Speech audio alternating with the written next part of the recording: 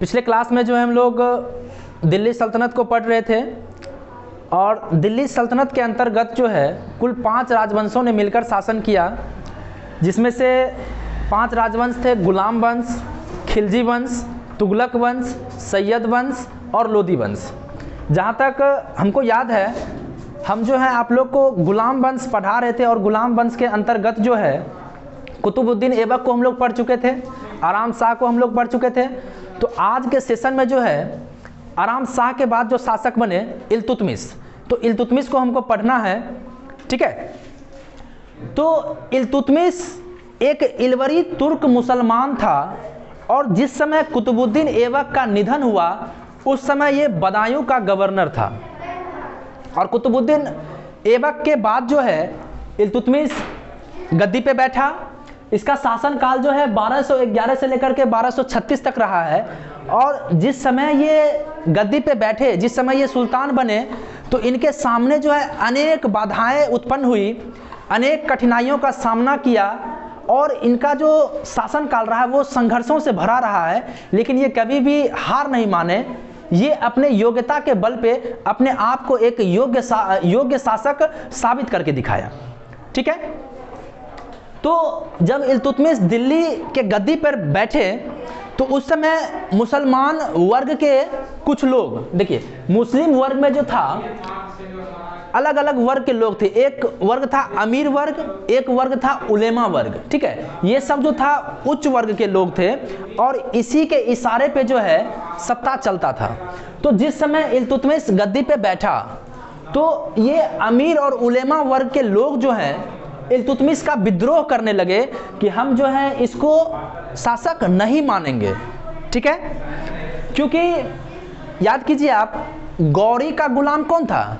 ऐबक। और ऐबक का ही गुलाम इल्तुतमिश को कहा जाता है, ठीक है। तो इसलिए ये जो अमीर और उलेमा वर्ग के लोग थे इल्तुतमिश को सुल्तान मानने से इनकार कर दिया और यही वर्ग के लोग जो हैं इल्तुतमिश को गुलामों का गुलाम कहा, ठीक है।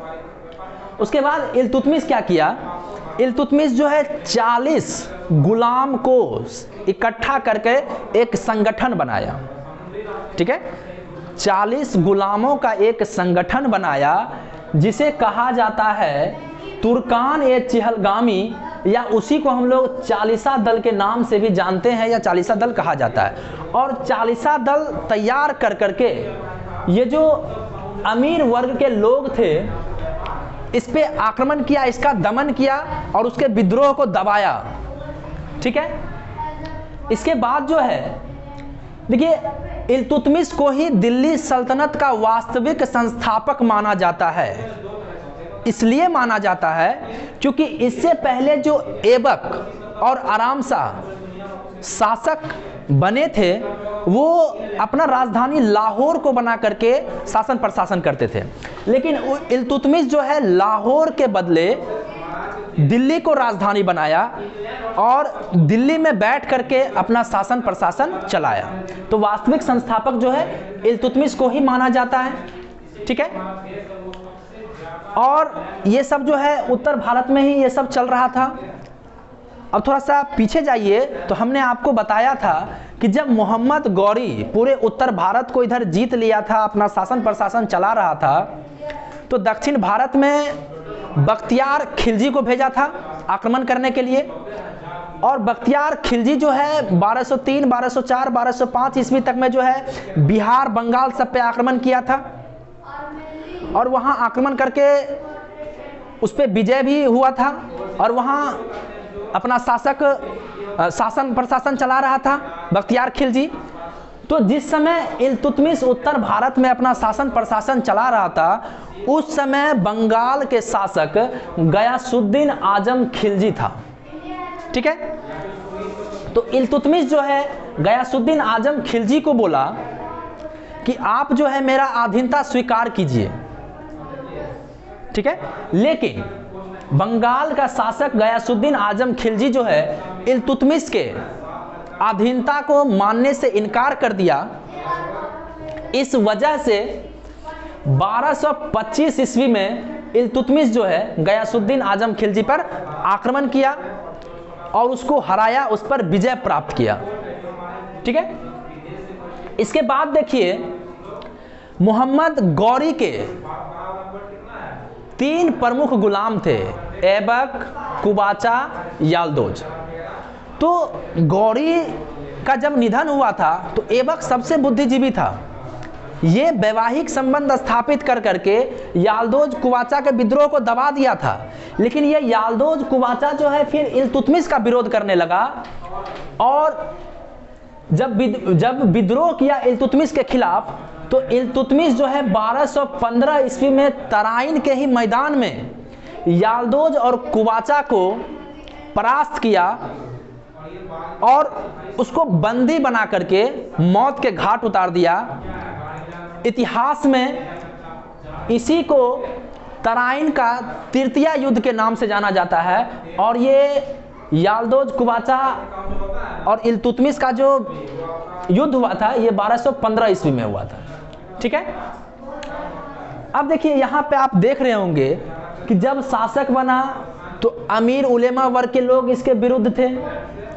फिर इसके बाद जो है बंगाल का शासक गयासुद्दीन आजम के खिलाफ ये युद्ध लड़ा, फिर याल्दोज कुबाचा के विद्रोह को दबाया। तो इससे क्या साबित होता है कि जो इल्तुतमिश का शासन काल रहा है वो संघर्ष से भरा है। यहाँ पर भी इसका संघर्ष नहीं रुका। इसके बाद जो है इल्तुतमिश के ही शासन काल में मंगोल संकट आया। अब ये मंगोल संकट क्या था, गौर से सुनिएगा, ठीक है, अच्छे तरीके से समझिएगा।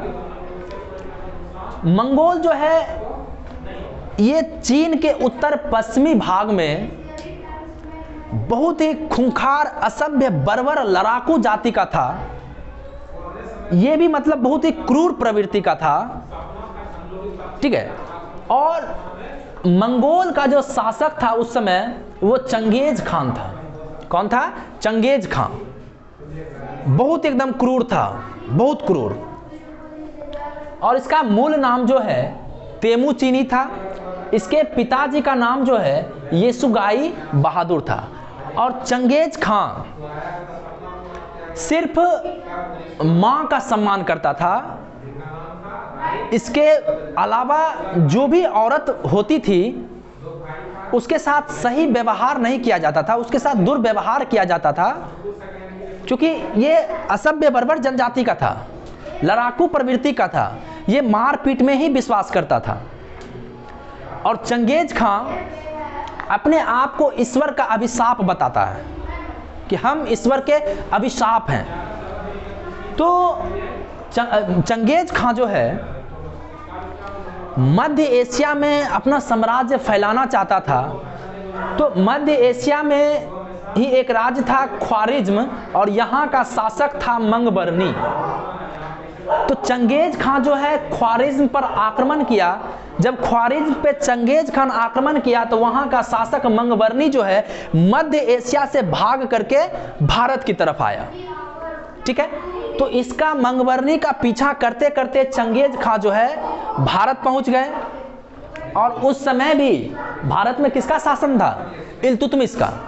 तो चंगेज खान जो है संदेश के माध्यम से इल्तुतमिश को सूचित करवाया कि आपके देश में जो है ख्वारिज्म का शासक मंगबरनी गया है और आप इसको आश्रय ना दें। अगर आप मंगबरनी को आश्रय देते हैं तो हम आपके भी देश पे आक्रमण करेंगे। ठीक है, तो इल्तुतमिश जो है बहुत ही तेज दिमाग का था, बहुत ही दूरदर्शिता था, बहुत दूर का देख लेता था, बहुत दूर का सोच लेता था। तो इल्तुतमिश सोचा कि हम ऐसे ही, हमारे राज्य में इतना विद्रोह हो रहा है, ये कम है कि हम जो है फालतू का चंगेज खान से मतलब कि युद्ध लड़ें। तो इल्तुतमिश जो है अपने दूरदर्शिता का प्रयोग करते हुए मंगबरनी को भारत में आश्रय नहीं दिया।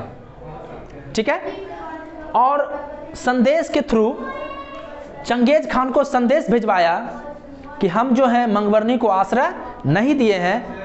तो यह संदेश सुन करके चंगेज खान बहुत ही खुश हुए, प्रसन्न हुए, और सिंधु घाटी के तट से ही, सिंधु नदी के तट से ही चंगेज खान क्या हो गया? रिटर्न हो गया अपना देश। इस प्रकार से इल्तुतमिश पे मंगोल संकट आते आते बचा।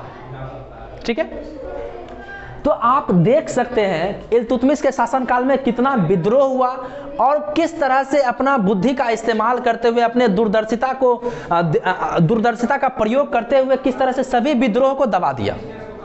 ठीक है, इसके बाद जो है इल्तुतमिश जो है बहुत सारे कार्य भी किए हैं, उसके कार्य को भी देखते हैं। तो इल्तुतमिश ही पहला तुर्क सुल्तान है जो शुद्ध अरबी के सिक्के जारी किया। ठीक है, इन्होंने चांदी का टंका और तांबे का जीतल चलवाया। उस समय जो चांदी का सिक्का होता था उसको कहता था टंका। क्या कहा जाता था? टंका। और जो तांबे का सिक्का होता था उसको जीतल कहा जाता था। क्या कहा जाता था? जीतल। चांदी के सिक्के को टंका और तांबे के सिक्के को जीतल। तो ये इल्तुतमिश चलवाया था ये सब सिक्का। और आप याद कीजिए, अगर पिछला क्लास याद है तो हमने बताया था कि ऐबक जो है कुतुब मीनार का निर्माण करवा रहा था। किसके याद में? बख्तियार काकी के याद में। और बख्तियार काकी जो है चिश्ती संप्रदाय के संत थे जो गीत गागा करके, गीत के माध्यम से समाज में अच्छाई पहुंचाने का काम करते थे। ठीक है, समाज में अच्छे अच्छे चीज़ों को बताते थे कि ऐसे रहिए, ऐसे कीजिए जिससे हमारा समाज सही से रहे।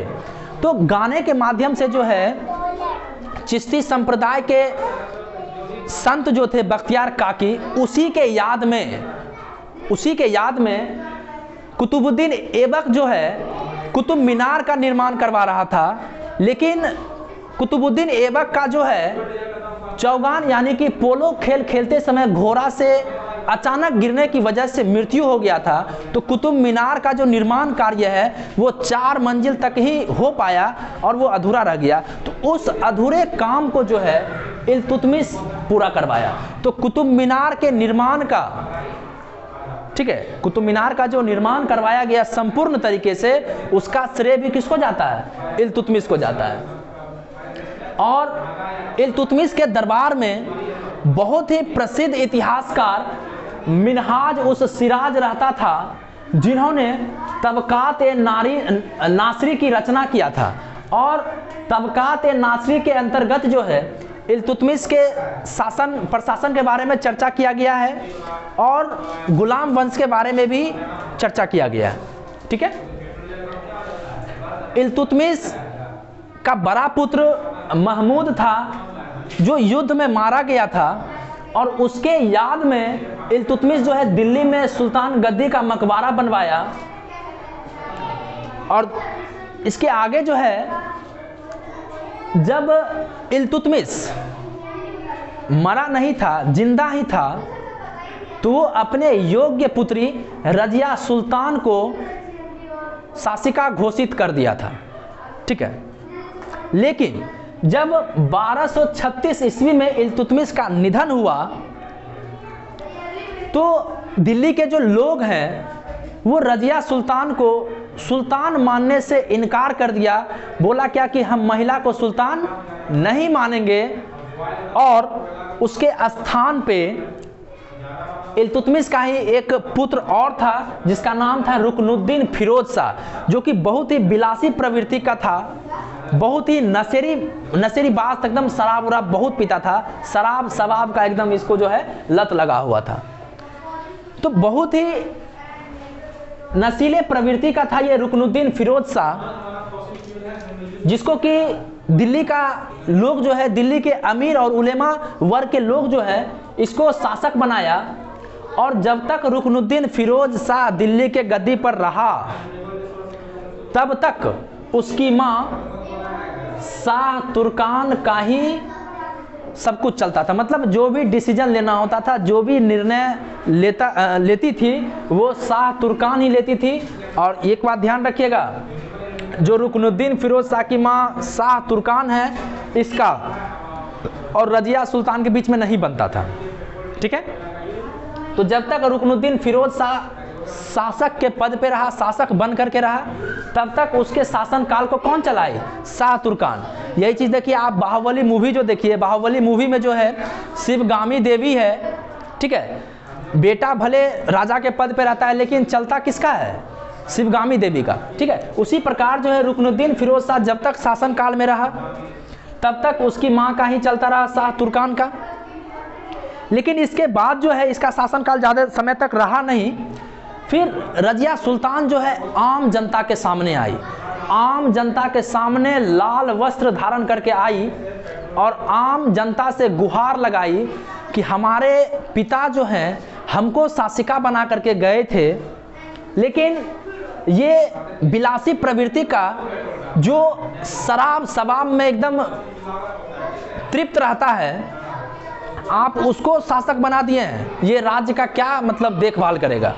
तो आम आदमी से बड़ा देखिए कोई नहीं होता है, जनता से बड़ा कोई नहीं होता है। तो आम जनता जो है इसका विद्रोह किया रुकनुद्दीन फिरोज शाह का, और विद्रोह के दौरान जो है इसको पद से हटाया गया और आम जनता के बलबूते, आम जनता के हस्तक्षेप से दिल्ली सल्तनत के गद्दी पे रजिया सुल्तान बैठी, ठीक है। और रजिया सुल्तान का जो शासन काल रहा है 1236 से लेकर के 1240 तक रहा है। तो इसके आगे जो है रजिया सुल्तान को हम लोग पढ़ेंगे नेक्स्ट क्लास में। इस क्लास में इतना ही, धन्यवाद।